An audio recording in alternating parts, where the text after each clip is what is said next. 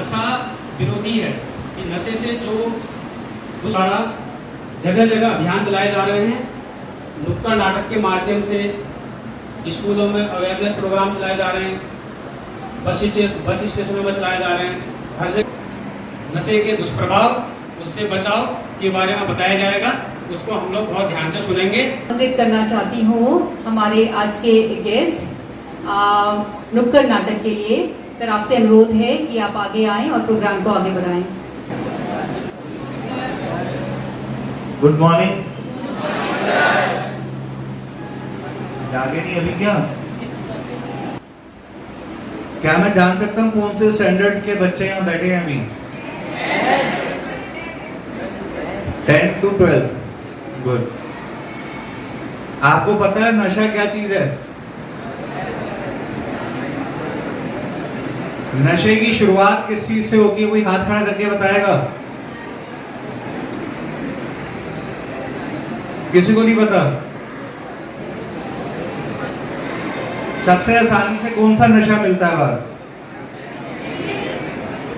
हाथ खड़ा करके बोलना है, हाथ खड़ा करके। नशा मानते हैं? नुकसान होता है उससे? फिर क्यों बिकती है? सोचा कभी?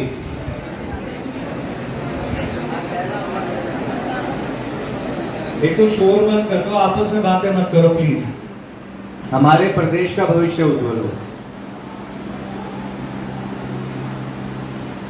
हम लोग सब जागरूक हैं, न्यूज़पेपर में पढ़ते हैं कि आज यहाँ से नशा पकड़ा गया, आज ये नशा पकड़ा गया, आज नशे से इतने लोग मर गए, आज नशे से उसने फांसी खा ली। तो ये कोई अच्छी न्यूज़ नहीं है हमारे लिए। तो मैं अपनी टीम से रिक्वेस्ट करूंगा, कृपया स्टेज पे आ जाए।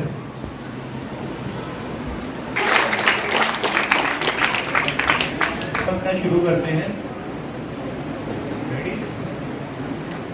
जिसने खासकर कि आजकल की युवा पीढ़ी को अपने चक्रव्यूह में फंसा लिया है, जिस कारण हमारी युवा पीढ़ी धीरे धीरे आगे बढ़ने की जगह अपने आप को पीछे ढकेलती जा रही है। संजीव को चक्रव्यूह में जाने का रास्ता पता था, लेकिन उस चक्रव्यूह से बाहर कैसे आना है उस बात से अनजान था। उसी प्रकार आजकल की युवा पीढ़ी भी नशे के चक्रव्यूह में फंसती जा रही है और इस चक्रव्यूह से बाहर कैसे निकलना है उन्हें नहीं पता। नशा था वो पढ़ाई के साथ साथ और चीजों में भी काफी अच्छा था। जो अपनी पढ़ाई पूरी करके अपने शहर से बाहर एक कॉलेज में एडमिशन लेता है, वो रोज टाइम से अपने लेक्चर अटेंड करता, अपने रूम पर आकर पढ़ाई करता, सब कुछ सही से चल रहा था कि तभी एक दिन उसके पुराने दोस्त को उसी कॉलेज में था उसका कॉल आता है। विवेक, हेलो भाई, कैसा है? क्या बात, बड़े दिनों बाद याद किया। रंगा, हेलो ब्रो, कैसे हो? सुना है शहर में कहर मचा रहे हो। विवेक, कहाँ यार बड़े भाई, नया एडमिशन लिया है, पढ़ाई का बहुत बेकाम होता है। उसकी सोच विचार धीरे धीरे पॉजिटिव चेंज आता है। उसे वहाँ सेशन में बताया जाता है कि बाहर की दुनिया में कैसी परिस्थितियों से निपटना है बिना कोई नशा करे, और किसी नशे से बचे रहने के उसे समझाया जाता है। उसे पहला नशा नहीं करने के लिए लोगों से दूर रहना होगा, उन जगहों पे नहीं जाना होगा। धीरे धीरे उसकी सोच बदलती है। उसे समझ आने लगता है कि वो भी बिना नशे के एक सुंदर नशामुक्त जीवन जी सकता है। उसका इलाज पूरा होने के बाद वो वापस अपने घर की दुनिया में एक अच्छी सोच विचार और दिनचर्या के साथ जाता है। वो जब बाहर निकलता था तो उसे लोग ढूंढ खुद अपने पास बुलाते, उससे मिलते, सभी से वो अच्छे आचरण से साथ मिलता। उसे बाहर जाके दिख गया था कि नशा छोड़ के और अपने में बदलाव लाकर उसका जीवन, उसके संबंध, उसकी इज्जत वापस रास्ते पर आ रही होती है। एक दिन उसे अपने पुराने नशेबाज दोस्त मिलते हैं, उसे वो नशा ऑफर करते हैं,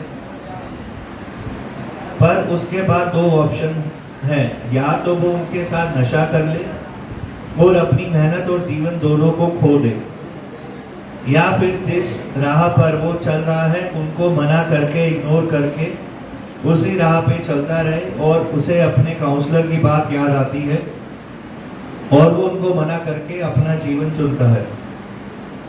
अब विवेक एक अच्छी और नशा मुक्त जीवन जी रहा है। कहानी कोई काल्पनिक कहानी नहीं है, यह एक सही और असली कहानी है जिसको हमने आपको दिखाकर नशा मुक्त और खुशहाल बनाने के लिए नाटकीय रूपांतर किया है। मानस एक रिहैब सेंटर है, निर्माण एक रिहैब सेंटर है। तो ऐसे ही कई सारे सेंटर्स है। क्यों जरूरत पड़ गई इन सारे सेंटर्स को खोलने की? जरूरत इसलिए पड़ रही है क्योंकि नशा करने वाले ज्यादा हो गए हैं, और एक बार अगर बच्चा नशा करना शुरू कर ले तो उसे डेफिनेटली, जो सर ने कहा, बिल्कुल सत्य सही है कि बच्चे को उसके बाद कुछ भी अच्छा नहीं लगता है।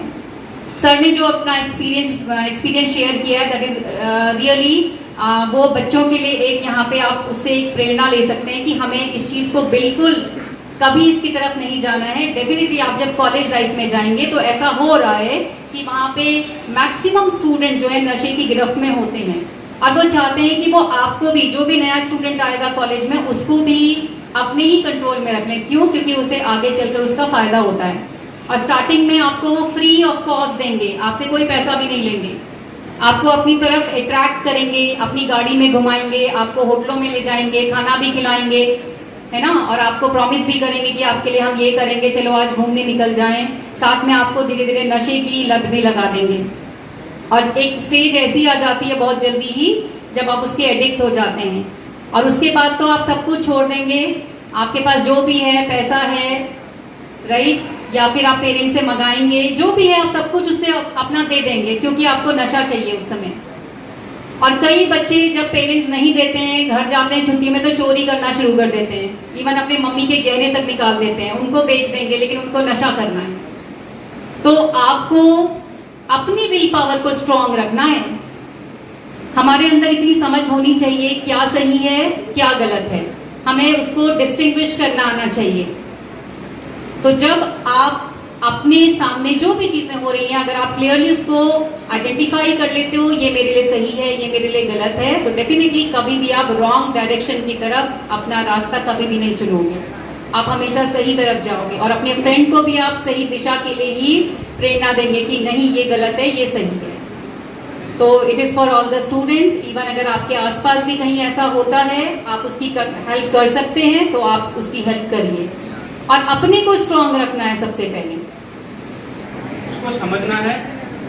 और नशे के जो दुष्प्रभाव हुए वो विवेक नाम के लड़के के माध्यम से पूरा समझाया गया कि कैसे वो पहले स्कूल में पढ़ता था, अच्छा स्टूडेंट था, कॉलेज कर रहा था, फिर कुछ अचानक नशेड़ी दोस्त उसके लाइफ में आते हैं और उसको अपनी गिरफ्त में लेके उसकी लाइफ को पूरा ख़त्म कर देते हैं, यहाँ तक कि उसकी जो ज़िंदगी है वो भी ख़त्म होने वाली होती है।